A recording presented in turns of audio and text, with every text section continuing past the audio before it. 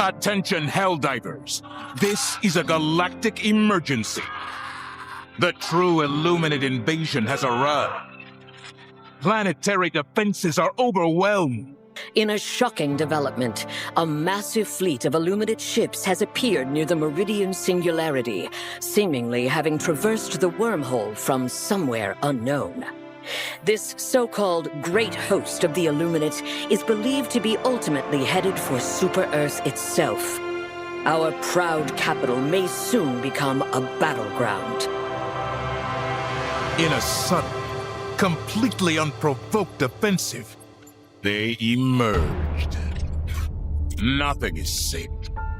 Not even the heart of democracy itself. Liberty's darkest hour approaches.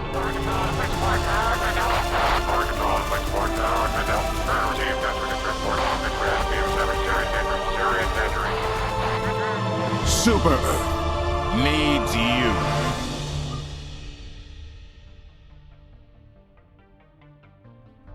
Over 4.5 billion Helldivers killed and over 189 billion enemies killed, the Second Galactic War has been raging for a little over a year now. Worlds have been lost, worlds have been regained, and Super Earth is under threat. The Federation now sits at a much worse position than it started in, and we are officially at the twilight of the invasion of Super Earth. Currently, New Haven is being defended, but it'll fall. It's likely that within the next 24 hours, granted that this video isn't released late, we will see the Illuminate land on Super Earth, and also witness one of, if not the largest, defense campaigns in current memory on Helldivers 2. Tonight, I wanted to discuss Super Earth's position in the Second Galactic War, and the moral position of Super Earth itself, and how out of every faction, Super Earth tends to be the most true force for good within a galaxy filled with bugs, tyrannical socialist robots, and genocidal mind-controlling aliens. Now, let me recognize this statement does not mean Super Earth is all good. By all means, Super Earth is an authoritarian regime that punishes dissent in any form and controls virtually every aspect of their citizens' lives. Living under Super Earth isn't exactly always hunky-dory, and Super Earth, in one way or another, is solely responsible for the situation we find ourselves in currently. The automatons turned into more effective machines to wage a never-ending war on Super Earth so they can free their creators, the cyborgs, from literal slavery in the minds of Cyberstan. The Illuminate? Well, they are in a little more of a gray area. We know the Illuminate had possession of dark fluid, and we've seen what that did on Meridia.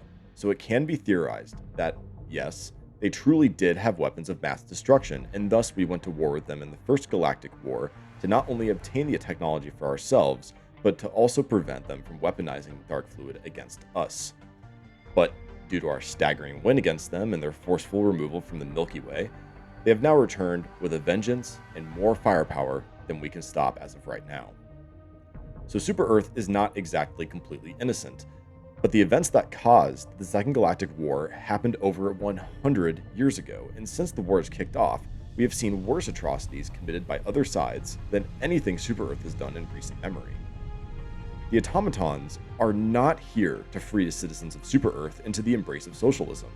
There is a lot of evidence in-game and in supplementary texts that they use captured humans as a basis for building more of their kind, alongside executing civilians and putting Helldiver corpses on display as a warning to not oppose the automaton regime. It can be argued that any civilians left behind from a failed defense campaign are ruthlessly rounded up and turned into automaton soldiers to fight against their old protectors. The Illuminate not only have mass graves of civilians on their maps, but have also turned them into the voteless, and now the flesh mob.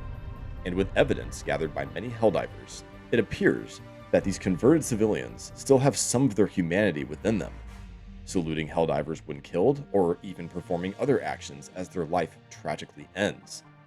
So it can be argued that these voteless are still somewhat conscious, aware of their surroundings, they just lack control of what they are able to do.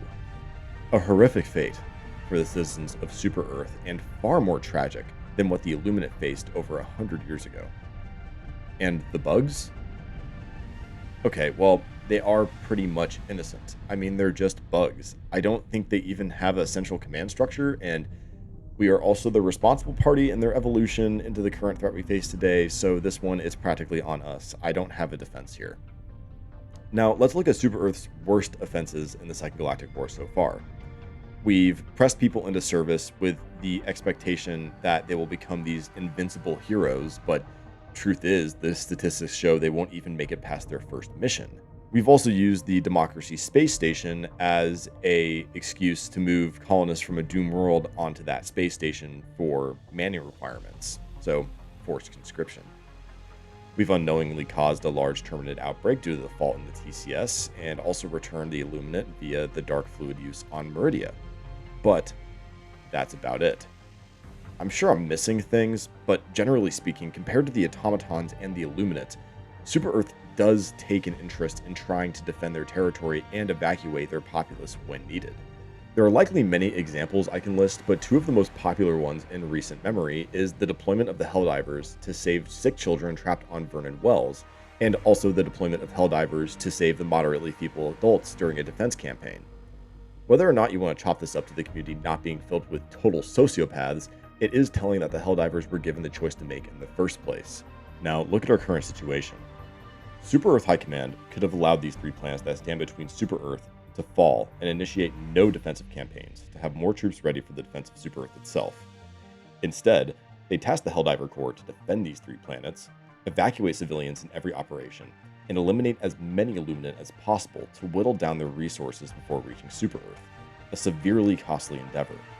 These planets have not been left behind in the wake of a direct threat to our capital.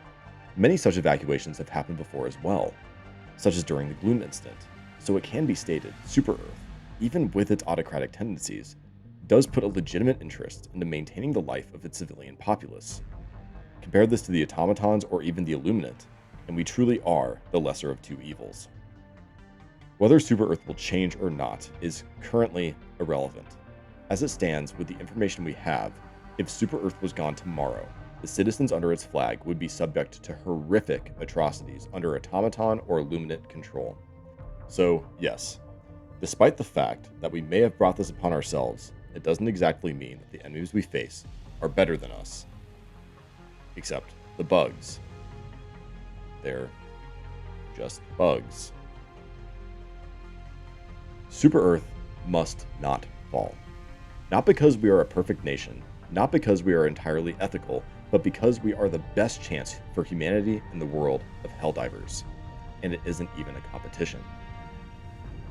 Before I end this video, I want to say good luck to all my fellow Helldivers in the coming defense of our capital planet. We will need all the help, luck, and firepower we can get our hands on. Give 'em hell.